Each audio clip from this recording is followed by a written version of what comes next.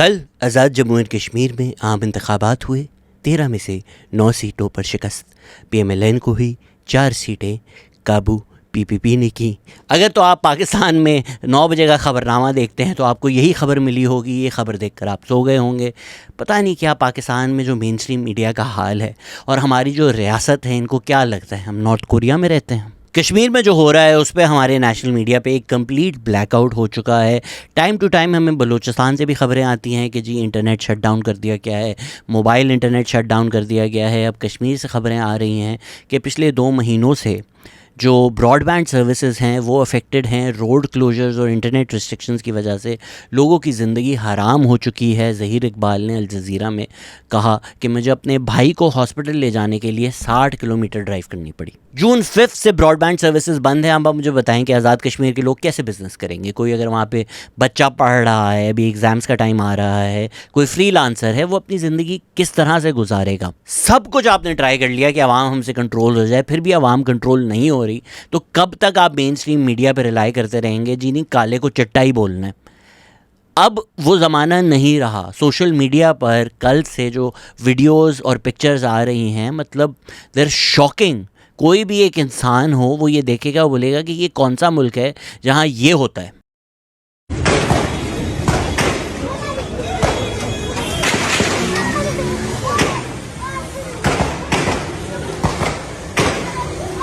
लोगों ने वीडियोस और पिक्चर्स पोस्ट की जिसमें क्लियरली नज़र आ रहा है कि जो पुलिस है वो गोलियां भी चला रही है, तशद्दुद भी कर रही है, लोगों को चमाटे मारते हुए भी उन लोगों की वीडियोस आई हैं, डेड बॉडीज़ भी नज़र आई हैं। जब आप लोकल मीडिया को आने ही नहीं देते, जब आप ऑन ग्राउंड रिपोर्टिंग होने ही नहीं देते, तो फिर इंसान सिर्फ सोशल मीडिया पर रिलाई कर सकता है। जो मेन स्ट्रीम न्यूज़ है उसको इतना हैमस्ट्रंग कर दिया है कि उनकी क्रेडिबिलिटी भी ज़ीरो हो गई है। और वाकई जब ख़बर पता करनी हो कि यार कहीं क्या हुआ है, वो भी बिल्कुल ही नहीं आती आपको।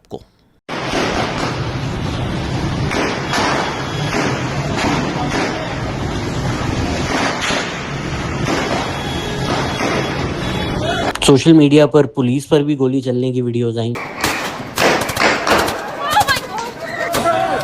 जो वीडियोस पिक्चर्स आपने देखी वो मैंने भी देखी, बट द प्रॉब्लम इज़ कि वो they become impossible to verify. Dawood Zubair एक कंटेंट क्रिएटर हैं, उन्होंने पोस्ट किया कि उनके चाचा के पैर पे गोली लगी, उनके साथ एक इंसान थे, उनके सर पे गोली लगी। उन्होंने बोला मेरे चाचा तो प्रोटेस्ट भी नहीं कर रहे थे, मेरे वालिद साहब बेरली बचे हैं। फिर उसके अगले दिन उन्होंने फॉलो अप पोस्ट किया कि मैं हॉस्पिटल गया हूँ तो 4-5 लोग जो हैं प्रोटेस्टर्स जिनको गोलियाँ लगी हैं वो हस्पताल में हैं।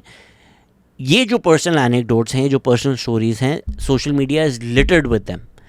जब आप क्रेडिबल न्यूज़ इदारों को नहीं जाने देंगे, डॉन के रिपोर्टर आग जाकर नहीं बताएंगे कि क्या हुआ है, then all we have to rely on are these personal anecdotes.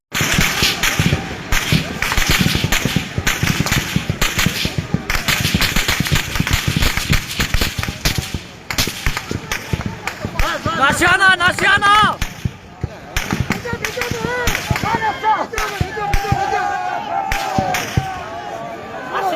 इस सब में फिर यही रह सकता है कि मैं एक वीडियो बना दूं कि जो आपने लोगों को मारा है उसको हम कंडेम करते हैं। जो लोग कह रहे थे कि आप हमें बताएं क्या हो रहा है, जब मुझे ही नहीं पता क्या हो रहा है तो मैं कैसे यहाँ पे बैठकर वीडियो बनाकर आपका टाइम ज़ाया करूँ, प्रिटेंड करूँ कि जी मुझे पता है नीचे क्या हो रहा है, एक्चुअली क्या हो रहा है।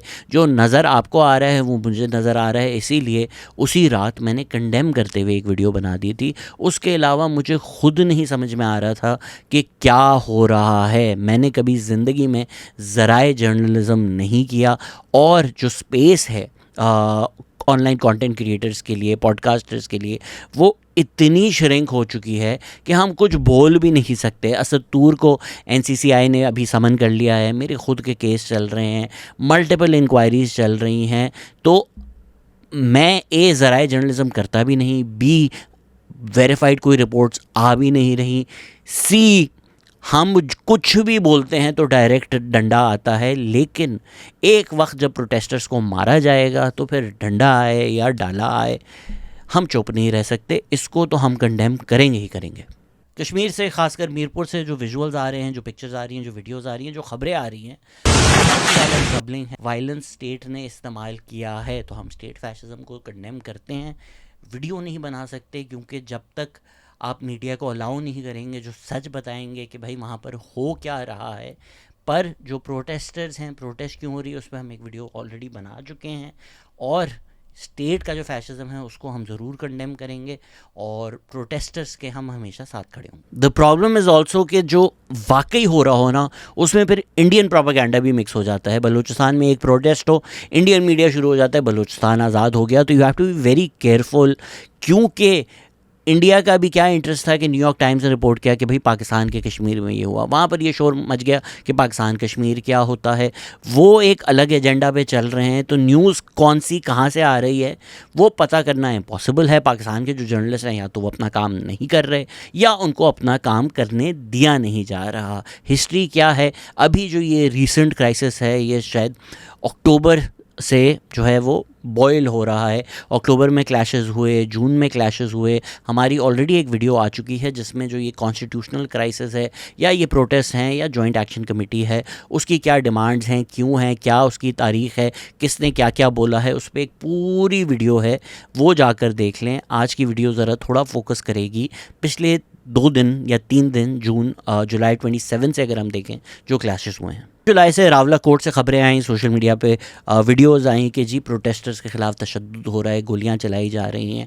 न्यूज़ लोकल मीडिया जो है हमारा, उसने तो कुछ भी नहीं किया। हमारे जो इस्टेब्लिशमेंट आउट जर्नलिस्ट हैं वो सिर्फ पेट्रोल पे शोर मचा सकते हैं, बिकॉज़ वो एक वाहिद चीज़ है जो बाइक वाला भी डलवा रहा है, ये लोग भी डलवा रहे हैं। तो ये अपनी गाड़ी में जब जाते हैं और पेट्रोल देखते हैं कि अच्छा जी 20,000 रुपये खर्च हो गए, उस पर इनका शोर मचता है, बाकी कहीं इनका शोर नहीं मचता। तो इंटरनेशनल मीडिया को देख लेते हैं। 27 जुलाई को ही अल जज़ीरा ने कहा dozens of people have been killed in the run up to the voting as protest demanding electoral reform transformed into deadly clashes. Reuters की फिर कल खबर आई है कि Pakistan administered Kashmir vote marred by deadly clashes.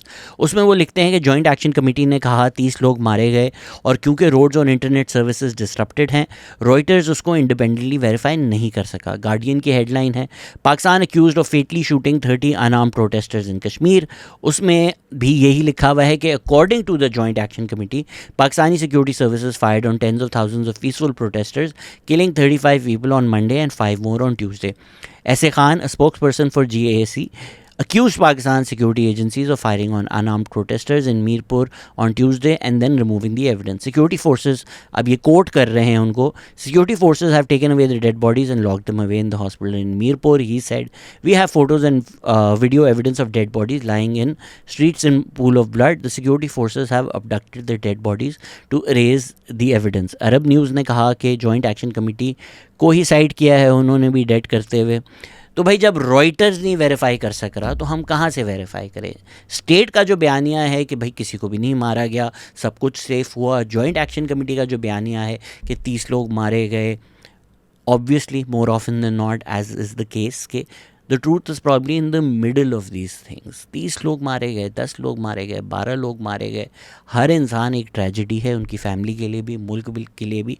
लेकिन अगर एक भी इंसान मारा गया है तो हम उसको भी स्टेट फैशिज्म कहेंगे, उसको भी कंडेम करेंगे। कैसे आप प्रोटेस्टर्स पे गोलियां चला सकते हैं? ये तो एक अनएक्सेप्टेबल चीज़ है।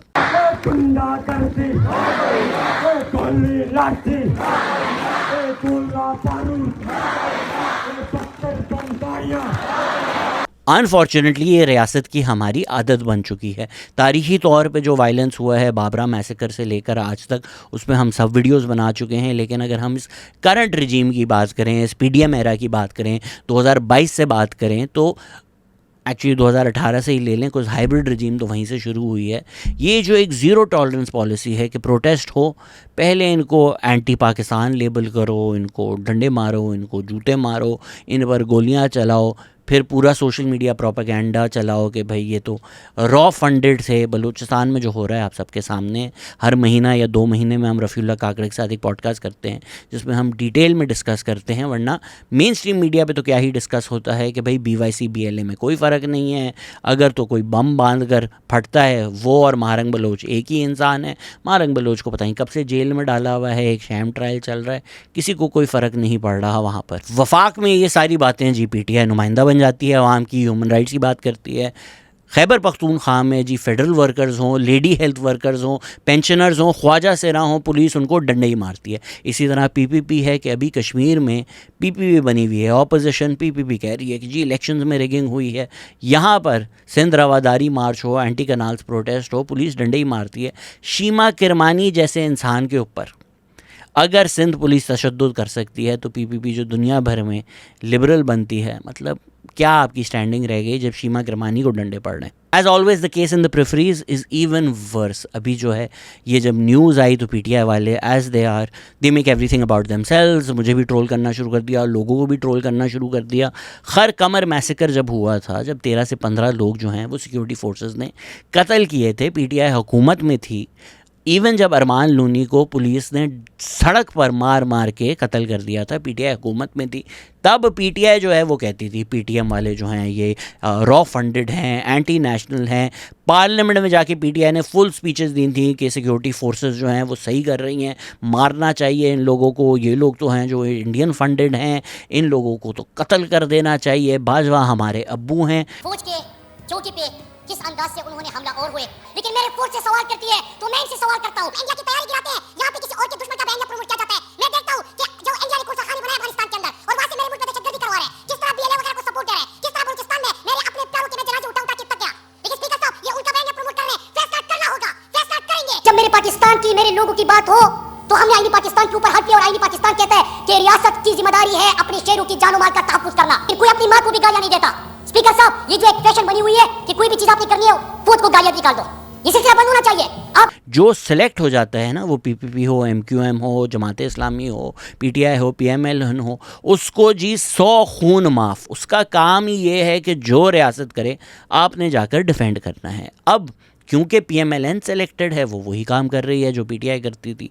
ख्वाजा आसिफ ने पहले तो कह दिया कि भाई मीरपुर और रावलाकोट जो है ये लोग तो कश्मीरी ही नहीं है। अब उन्होंने कह दिया कि जो प्रोटेस्ट कर रहे हैं वो जिस तरह इंडिया हमारा दुश्मन है उसी तरह वो लोग भी हमारे दुश्मन हैं। भाई मेरा बड़ा एक मासूमाना सवाल है कि सिंध में प्रोटेस्ट कर रहे हैं वो दुश्मन है, बलूचिस्तान में प्रोटेस्ट कर रहे हैं वो दुश्मन है, खैबर पख्तूनख्वा में प्रोटेस्ट कर रहे हैं वो दुश्मन है, कश्मीर में प्रोटेस्ट कर रहे हैं वो दुश्मन है। तो अगर तो पूरा पाकिस्तान का दुश्मन है तो सवाल रहता है पाकिस्तान है क्या। और मैं ये नहीं कह रहा इसका मतलब ये हो जाता है पाकिस्तान सिर्फ पंजाब है। पंजाब में भी जब प्रोटेस्ट होगी तो डंडे ही पड़ेंगे, उनको गोलियां ही पड़ेंगे। मेरे ख्याल से ये चंद कमरे हैं जिनमें चंद लोग बैठे हुए हैं, जो हमारी रियासत है जो फ़ैसला करती है भाई रियासती इंटरेस्ट क्या है। बाकी माशाल्लाह से अगर हम 20 मिलियन 200 मिलियन लोग हैं हम लोग, तो मेरे ख्याल से 199 मिलियन तो उसमें से गद्दार ही हैं। मरियम नवाज़ जो कह रही थी मैं ख़ुद कश्मीरी हूँ, अब पीएमएलएन इलेक्शन जीत रही है और आप देख लें क्या हो रहा है। राना सनाउल्लाह ने तो ये भी कह दिया कि ये प्रोटेस्टर्स उन्हीं लोगों की तरह हैं जिन मुजाहिदीन को हमने ही ट्रेन किया था, अब वो हमारे ही गले पड़ चुके हैं। और उन्होंने ये भी कहा कि जो सिक्योरिटी फोर्सेस कर रही हैं यही तरीका है, आइंदा भी यही होगा। पीएमएलएन ने मेरे ख्याल से फ़ैसला कर लिया है कि हमारी जो टोटल सियासत है वो जुड़ी हुई है करंट रजीम के साथ। ये लोग कल को बॉम्ब भी फाड़ देते हैं, हमने इसको भी डिफेंड करना पड़ेगा क्योंकि इनके बगैर तो हम एग्जिस्ट ही नहीं कर सकते। अवाम को फिर आपने क्या ड्रामा दिया हुआ है। पीटीआई ने बॉयकॉट किए हैं, कश्मीर के इलेक्शंस किए हैं, करवाए गए हैं, डील हुई है, अल्लाह जाने, मुझे कुछ भी नहीं पता। पीपीपी वहाँ पर ऑपोजिशन बनकर आ चुकी है, पर लोग पागल तो नहीं हैं। लोगों को नज़र आ रहा है कि वफाक में पीपीपी और पीएमएलएन साथ हैं। यहाँ पर डब्ल्यूडब्ल्यूई की तरह आपको दिखाया जा रहा है कि जी बड़ी जंग हो रही है, अंडरटेकर वर्सेस केन है। पीछे से सबको पता है कि ऐसा कुछ भी नहीं है। बिलावल भुट्टो कह रहे हैं कि जी रिगिंग हुई है आज़ाद कश्मीर में, बड़ा शोर मचा रहे हैं, पर सवाल उठता है आज़ाद कश्मीर में तो पीपीपी के प्राइम मिनिस्टर हैं, फैसल राठौर प्राइम मिनिस्टर हैं, तो किसको उल्लू बना रहे हैं हम। आवाम जो है वो जॉइंट एक्शन कमेटी आपको पसंद हो ना हो, आपने उनको कालादम करार दे दिया है, आपने उनके लीडर को अरेस्ट कर लिया है, पॉपुलैरिटी वहाँ पर है। तो आवाम की आवाज़ अगर एक तरफ उठ रही है, आप उसको गोलियां मारकर डंडे मारकर टेम्परेरीली दबा सकते हैं, क्योंकि खौफ जो है वो एक इफ़ेक्टिव टूल है कंट्रोल का। लेकिन क्या आप आवाम के जहनों को कंट्रोल कर सकते हैं? क्या आप फ्यूचर कंट्रोल कर सकते हैं? नहीं। बलूचिस्तान में आपने ट्राई कर लिया, BYC आपको पसंद हो ना पसंद हो, आवाम की नुमाइंदा थी, आवाम की एक आवाज़ थी, आपने दबा दी ना, कंट्रोल हो गया आपसे बलूचिस्तान, नहीं हो सका। उसी तरह आप आज जो है जश्न मना लेंगे जी हम इलेक्शन जीत गए, कल को उनको वोट का मौका मिलेगा, ये वोट दे के आपको निकाल देंगे। वोट का मौका नहीं मिलेगा तो फिर आप खुद सोच लें कि ये किस तरह निकालेंगे। तो और अगर मान लें कि जॉइंट एक्शन कमेटी जी रॉ फंडेड हैं, चोर हैं, तो सारी नेगोशिएशन तो आपने इन लोगों के साथ की है। आप लोग जो हैं पैकेजेस अनाउंस करते हैं, शहबाज शरीफ ने पैकेज अनाउंस किया, पहले कहा अग्रीमेंट भी हो गया, उसके बाद नेगोशिएशंस भी की। टोटल एक पॉइंट के ऊपर गल एक नुक्ते ते मुक्ति है, जो महाजनीन की सीटें हैं सिर्फ वो मसला है, बाकी आपने डिमांड्स भी मान ली। तो अगर रॉ फंडेड है तो आप क्यों डिमांड्स मान रहे हैं, डिस्कस कर रहे हैं, निगोशिएट कर रहे हैं? वो जो महाजरीन वाला सीट का इशू है वही इशू है, वही इशू फंसा हुआ है। वो क्या इशू है, किसने क्या कहा है, उसकी क्या डिटेल्स हैं, पिछली वीडियो में काफ़ी हमने डिटेल में डिस्कस कर लिया था। इसमें जो ऑनलाइन डिस्कशन हो रहा है मेरे ख्याल से थोड़ा वो लोग आपको कंफ्यूज करने की कोशिश कर रहे हैं। ये जो एक बयानिया है कि सड़क पे फैसला नहीं होगा, फैसला तो जी कॉन्स्टिट्यूशन का जो तरीका है वो है, कॉन्स्टिट्यूशन में यही तरीका बनाया गया है कि वो इम्पॉसिबल हो जाए। बिकॉज़ महाजरीन की जो सीटें हैं वो इतनी ज़्यादा हैं कि आप 2/3 ला के कॉन्स्टिट्यूशन बदलना आपके लिए इम्पॉसिबल नहीं तो इम्प्लॉजिबल तो कर दिया है। तो सड़क पर फैसले नहीं होते, ज़ाहिरी बात है, ऐसा नहीं हो सकता कोई भी जत्था बना के कुछ भी मनवा ले। लेकिन अवाम जब निकलती है तो अवाम के जो पब्लिक सेंटिमेंट हैं उसको हुक्मरानों को रिस्पेक्ट करना पड़ता है इन अ थ्राइविंग डेमोक्रेसी। इंडिया की जो डेमोक्रेसी है वो काफ़ी वीकन हो गई है नरेंद्र मोदी और बीजेपी की वजह से। लेकिन फिर भी जब स्टूडेंट सड़क पर आए, ये उन्होंने भी बोला कि ये तो कोई तरीका नहीं है, आप सड़क पे उठ जाएं, आपकी जब मर्जी हो किसी से इस्तीफ़ा मांग लें। एंड में क्या हुआ, इस्तीफ़ा देना पड़ा ना। कॉन्स्टिट्यूशन में भी कोई तरीका तो नहीं था कि आप फेडरल मिनिस्टर से इस्तीफ़ा किस तरह से लें, लेकिन अवाम का प्रेशर जो है वो हुक्मरानों को सुनना पड़ता है। इसी तरह मैं बार बार इल्तिजा कर रहा हूँ कि भाई अवाम के अगेंस्ट आप कितना जाओगे, कितनी गोलियां चलाओगे। ये जब बाबरा मैसेकर हुआ था तो वहाँ पर जो मुस्लिम लीग के गवर्नर लगे हुए थे उन्होंने कहा था, अब्दुल कयूम खान मेरे ख्याल से उनका नाम था, कि वो तो गोलियां ख़त्म हो गई वहाँ, वरना तो यहाँ से कोई ज़िंदा नहीं जाता। तो भाई या तो अगर आपने यही करना है तो 199 मिलियन गोलियाँ ले लें, या तो थोड़े अकल के नाखून करें कि भाई ये अवाम वर्सेस रियासत जो है ना, ये काउंटर स्ट्राइक का गेम नहीं हो सकता। आप वक्तन फ़रवक्तन, if that's the right way to say it, उस चीज़ को कंट्रोल कर लेते हैं गोलियां चलाकर, बाद में वो it will bite you in the ass. आपको क्या लगता है PMLN PPP जो है वो अवाम भूल जाएगी कि क्या किया है? कर लें एंजॉय अपनी फॉल्स विक्ट्री। यहाँ पर मैं ऑनलाइन डिस्कशन जो हो रहा है कि जी पाकिस्तान में हम प्रोटेस्ट नहीं कर सकते क्योंकि गोलियाँ चलाई जाती हैं। जहाँ गोलियाँ चलाई जाती हैं वो तो प्रोटेस्ट कर रहे हैं, बलूचिस्तान में लोग प्रोटेस्ट कर रहे हैं, सिंध में लोग प्रोटेस्ट कर रहे हैं, खैबर पख्तूनख्वा में लोग प्रोटेस्ट कर रहे हैं, कश्मीर में लोग प्रोटेस्ट कर रहे हैं। जहाँ गोलियाँ नहीं चलाई जाती हैं, इस्लामाबाद, लाहौर, कराची, वहाँ लोग प्रोटेस्ट नहीं कर रहे। तो जिन लोगों के पास प्रिविलेज है कि वाकई हम प्रोटेस्ट कर सकें, ज़्यादा से ज़्यादा डंडे पड़ेंगे हमें, कराची प्रेस क्लब के बाहर गोलियों से नहीं भून सकते आप लोगों को, वहाँ प्रोटेस्ट नहीं हो रही। जहाँ गोलियों से भुना जाता है वहाँ प्रोटेस्ट हो रही हैं। तो ज़रा प्रिविलेज जो है उसको चेक करें। बड़ा आसान होता है स्टोरी लगाना। बॉर्डर नहीं होता तो मैं जंतर मंतर पे होता। सर यहाँ तो कोई बॉर्डर नहीं, कौन से जंतर मंतर पे आप यहाँ पर कभी आए हैं? इसी तरह हमारी जो मीडिया इंडस्ट्री है, किसी ने अच्छी स्टोरी चलाई कि मोहम्मद अहमद साहब की डिसरिस्पेक्ट हुई है। गलत बात है, वो एक लेजेंड आदमी है, नहीं होनी चाहिए। हर सेलिब्रिटी ने स्टोरी लगा दी, अच्छी बात है, आपके लिए इशू इम्पॉर्टेंट है, उस पर बात करें। लेकिन कश्मीर में लोग भी तो मरे हैं, उस पर भी बात कर लें। मतलब मैं किसी इंडिविजुअल की बात नहीं कर रहा। दुर फ़िशा ने स्टोरी लगाई, ताबिश ने स्टोरी बना दी। इतना ही होता है कि यार अगर कोई मर रहा है आप सहारा दे दें। मैं कोई भी नहीं हूँ, कुछ भी नहीं हूँ, सिर्फ ये कर सकते हैं कि यार हम किलिंग्स को कंडेम करते हैं। मतलब ये तो कॉमन बेसिक इंसानियत, ये तो कोई भी कर सकता है यार, इसमें तो कोई मुश्किल भी नहीं है। लेकिन हमारी जो अर्बन एलीट है उनका इनकलाब शुरू इमरान खान की प्रोफाइल पिक्चर लगाकर होता है और ख़त्म भी वहीं पर हो जाता है। वो जो सालों पहले कहा गया था कि हम गर्मी में ख़राब हो जाएंगे, हम कैसे प्रोटेस्ट करेंगे? प्रोटेस्ट ऐसे ही होती है। हम TPE पे हमेशा प्रोटेस्टर्स के साथ खड़े हुए हैं, स्टेट फैसिज्म के ख़िलाफ़ खड़े हुए हैं। आप जाकर हमारी 7 साल तारीख़ देख लें, वो बलूचिस्तान हो, वो सिंध हो, एंटी कनाल हो, ये जो ब्लास्फेमी किलिंग्स हैं उसके ख़िलाफ़ प्रोटेस्ट हों, औरत मार्च हो, माइनॉरिटी राइट्स मार्च हो, जो मार्च हो, हमने अपना प्लेटफॉर्म भी खोला है, लोगों की आवाज़ एम्पलीफाई भी की है। तो कश्मीर में हम प्रोटेस्टर के साथ नहीं हैं। आप हमें एंटी पाकिस्तान लेबल करें, आप हमें द धुरंधर एक्सपीरियंस लेबल करें, ऑलरेडी इंक्वायरीज़ फेस कर रहे हैं, डंडा आए या डाला, हम यहीं पे खड़े हुए हैं। मैंने अभी MQM की जो कैंपेन है उसके बारे में एक वीडियो बनाई थी। तो स्टेट के जो प्रोपेगेंडा है मेरे ख़िलाफ़ वो चलता रहता है, वो चलता रहेगा। MQM वाला नहीं चला तो इन्होंने नए बच्चे लॉन्च कर दिए हैं। तो नए बच्चे अब यही कह रहे हैं कि मैं भी रॉ एजेंट हूँ, मैं भी इंडियन एजेंट हूँ। तो भाई अगर पूरा मुल्क ही इंडियन एजेंट है तो कौन सच्चा पाकिस्तानी रह गया है पाकिस्तान में, ये हमें बता दें।